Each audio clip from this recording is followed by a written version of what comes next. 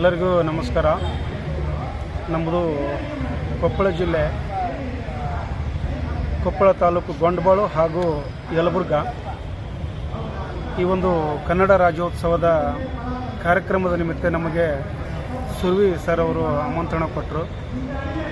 ನಮಗೆ ಬರೋಕ್ಕೂ ಕೂಡ ಭಾಳ ಅಸ್ತವ್ಯಸ್ತವಾಗಿತ್ತು. ಆದರೂ ಕೂಡ ಈ ಒಂದು ಕಾರ್ಯಕ್ರಮದಲ್ಲಿ ನಮ್ಮ ಜಿಲ್ಲೆಯ ಒಂದು ಮೆರಗು ತಾವು ದಯಮಾಡಿ ಬರ್ಬೇಕು ಸರ್ ಅಂತೇಳಿ ನಮ್ಮ ಮಂಗಳೇಶ್ ಸರ್ಗೆ ನಮಗೂ ಕೂಡ ಆಮಂತ್ರಣ ಕೊಟ್ಟರು. ನಂತರದಲ್ಲಿ ಬಂದ್ವಿ. ಎಲ್ಲ ಒಂದು ಸಾಹಿತಿಗಳು, ಕಲಾವಿದರು ಭಾಳ ನೋಡಿ ಖುಷಿಯಾಯಿತು. ಯಾಕಂದರೆ ಇಂಥ ಒಂದು ಪ್ರಶಸ್ತಿ ಪಡಿಬೇಕಾದ್ರೆ ಯಾವುದೇ ಒಂದು ಪುಣ್ಯ ಬೇಕು. ಇವತ್ತು ನಾವು ಈ ಪ್ರಶಸ್ತಿ ಪಡಿಬೇಕಾದ್ರೆ ನಾವು ಯಾವುದೂ ಫಲಾಪೇಕ್ಷೆ ನಿರೀಕ್ಷೆ ಇಟ್ಕೊಂಡಿದ್ದಿಲ್ಲ. ಯಲಬುರ್ಗಾ ತಾಲೂಕಿನಲ್ಲಿ ಶ್ರೀ ಗುರು ಗಹನಲಾರಿ ಸಂಗೀತ ಪಾಠಶಾಲೆ ಅಂತ ಹೇಳಿ ಒಂದು ಸಂಗೀತ ಪಾಠಶಾಲೆಯನ್ನು ತೆರೆದಿದ್ದೇವೆ. ಬಡ ಮಕ್ಕಳು, ಸಾಕಷ್ಟು ಹುಡುಗರು ಅಭ್ಯಾಸ ಮಾಡ್ತಾ ಇದ್ದಾರೆ. ಸ್ವಲ್ಪ ಯಥಾಸ್ಥಿತವಾಗಿ ಅದು ಕೂಡ ನಡೆದಿದೆ. ಹೀಗಾಗಿ ನಾವು ಕೂಡ ಒಂದು ಸಣ್ಣ ಒಂದು ಕಲಾವಿದರು ಆ ಒಂದು ಸೇವೆಯನ್ನು ಗುರುತಿಸಿ ನಮ್ಮ ಸುರಯ್ಯವರು ಸಾಹಿತ್ಯ ಭವನ ಕೊಪ್ಪಳದಲ್ಲಿ ಈಗ 2 ತಿಂಗಳ ಮುಂಚಿತವಾಗಿ ಒಂದು ಕಾರ್ಯಕ್ರಮದಲ್ಲಿ ಕೂಡ ಅವರು ಮೀಟ್ ಮಾಡಿದ್ರು. ನನಗೆ ಬರಲಿಕ್ಕೆ ಆಗಲಿಲ್ಲ ಬೇರೆ ಒಂದು ಯಾವುದೇ ಕಾರಣಾಂತರದಿಂದ. ಆದರೂ ಕೂಡ ಈಗ ನಮಗೆ ಬೆಂಗಳೂರಿಗೆ ಬಂದಿದ್ದು ಭಾಳ ಸಂತೋಷ ಆಯಿತು. ನಮ್ಮ ಸುರವಿ ಗುರುಗಳು ಅವರು ಕೂಡ ನಮ್ಮ ಕೊಪ್ಪಳ ಜಿಲ್ಲೆ ಯಲಬುರ್ಗಾ ತಾಲೂಕು ಅಥವಾ ಕುಕ್ನೂರು ತಾಲೂಕು ಇಟಗಿಯವರು. ನಮ್ಮ ಯಲಬುರ್ಗಾ ಹಾಗೂ ಕೊಪ್ಪಳ ಜಿಲ್ಲೆಯಲ್ಲಿ ಸಾಕಷ್ಟು ಸಂಗೀತಗಾರರು, ಸಾಹಿತಿಗಳು ಭಾಳ ಅದ್ಭುತವಾಗಿ ಒಂದು ಸೇವೆಯನ್ನು ಮಾಡ್ತಾ ಇದ್ದಾರೆ. ತದನಂತರದಲ್ಲಿ ಈಗ ಒಂದು ಜನವರಿ 15ರಂದು ಅದ್ಭುತವಾಗಿ ದಕ್ಷಿಣ ನಡೀತಕ್ಕಂಥ ಗವಿಸಿದ್ದೇಶ್ವರ ಜಾತ್ರೆಗೆ 10 ಲಕ್ಷ 12 ಲಕ್ಷ ಜನಸಾಗರ ಕಲಿತಿದೆ. ಈ ವರ್ಷದ ರಥ ಚಾಲನೆಗೆ ಅಮಿತಾಬ್ ಬಚ್ಚನ್ ಚಿತ್ರನಟರನ್ನು ಆಮಂತ್ರಿಸಿದ್ದಾರೆ ನಮ್ಮ ಗವಿಸಿದ್ದೇಶ್ವರ ಮಹಾಗುರುಗಳು. ತಾವು ಕೂಡ ಬೆಂಗಳೂರು ಸಿಟಿಯವರು ಆ ಒಂದು ಕೊಪ್ಪಳ ಜಾತ್ರೆ, ಅದ್ಭುತವಾದಂಥ ಜಾತ್ರೆ, ತಾವು ಬಂದು ಆ ಕಾರ್ಯಕ್ರಮದಲ್ಲಿ ಪಾಲ್ಗೊಂಡು ಗವಿಸಿದ್ದೇಶ್ವರನ ದರ್ಶನವನ್ನು ಪಡೆದುಕೊಂಡು ತಾವು ಬರಬೇಕಂತೇಳಿ 2 ಮಾತು ಹೇಳಿ ನಾನು ಮುಗಿಸ್ತಾ ಇದ್ದೇನೆ. ಓಕೆ. ಕೃಷ್ಣಪ್ಪಗೌಡ ಪಟ್ಟಂಬೈಟ್ ಅಂತ ಮಂಗಳೂರಿಂದ ಬಂದಿದ್ದೀನಿ. ಕಳೆದ ಸುಮಾರು ಒಂದು 22-23 ವರ್ಷಗಳಿಂದ ನನ್ನ ಮನೆಯ ಟ್ಯಾರಿಸ್ ಮೇಲೆ ಭತ್ತದ ಕೃಷಿಯನ್ನು ಮಾಡಿಕೊಂಡು, ಹಾಗೆ ಹಲವಾರು ಹಣ್ಣು-ಹಂಪಲುಗಳನ್ನು, ಆಯುರ್ವೇದಿಕ ಗಿಡಗಳನ್ನು, ಆಮೇಲೆ ಗಡ್ಡೆಗೆಣಸು, ಸೊಪ್ಪು, ಹೀಗೆ ಹಲವಾರು ಥರದ ಕೃಷಿಗಳನ್ನು ಮಾಡಿ ಇಡೀ ಸಮಾಜಕ್ಕೆ ಒಂದು ಕೊಡುಗೆಯನ್ನಾಗಿ ಕೊಟ್ಟಿರ್ತೇನೆ. ಹಾಗೆ ಇಡೀ ಸಂಪನ್ಮೂಲ ವ್ಯಕ್ತಿಗಳಾಗಿ ಇಡೀ ಶಾಲಾ ಕಾಲೇಜು, ಆಮೇಲೆ ಸಂಘ ಸಂಸ್ಥೆಗಳಿಗೆ ಉಚಿತವಾಗಿ ನಾನು ಈ ಸೇವೆಯನ್ನು ಮಾಡಿಕೊಂಡು ಬಂದಿರ್ತೇನೆ.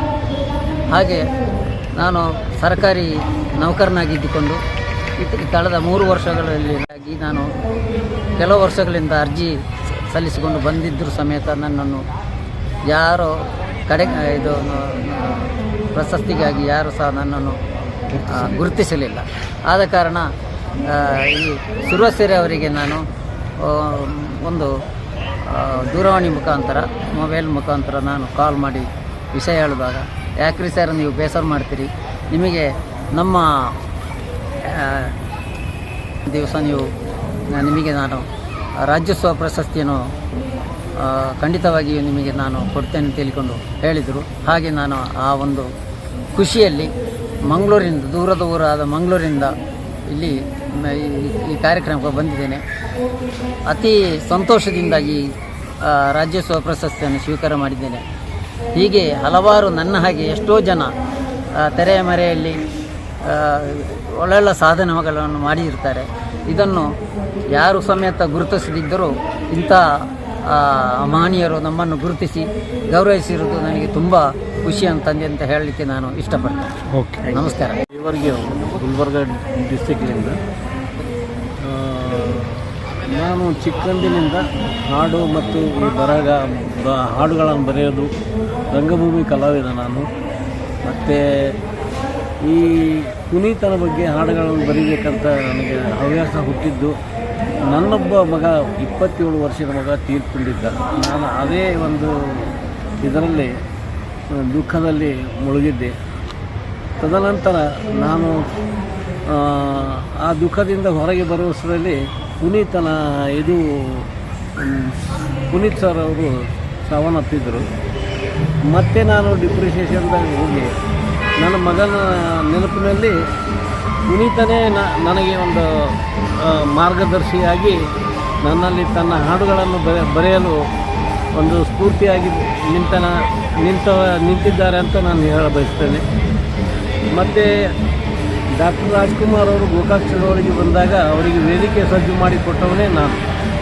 ಆಯಿತು, ನಮ್ಮ ಧರ್ಮ್ ಸಿಂಗ್ ಮುಖ್ಯಮಂತ್ರಿಗಳು ಯಾವುದೇ ಕಾರ್ಯಕ್ರಮ ಇರಲಿ ಅದನ್ನು ವೇದಿಕೆ ಆಗಲಿ ಯಾವುದೇ ಕಾರ್ಯಕ್ರಮಕ್ಕೆ ಮಂಟಪ ಆಗಲಿ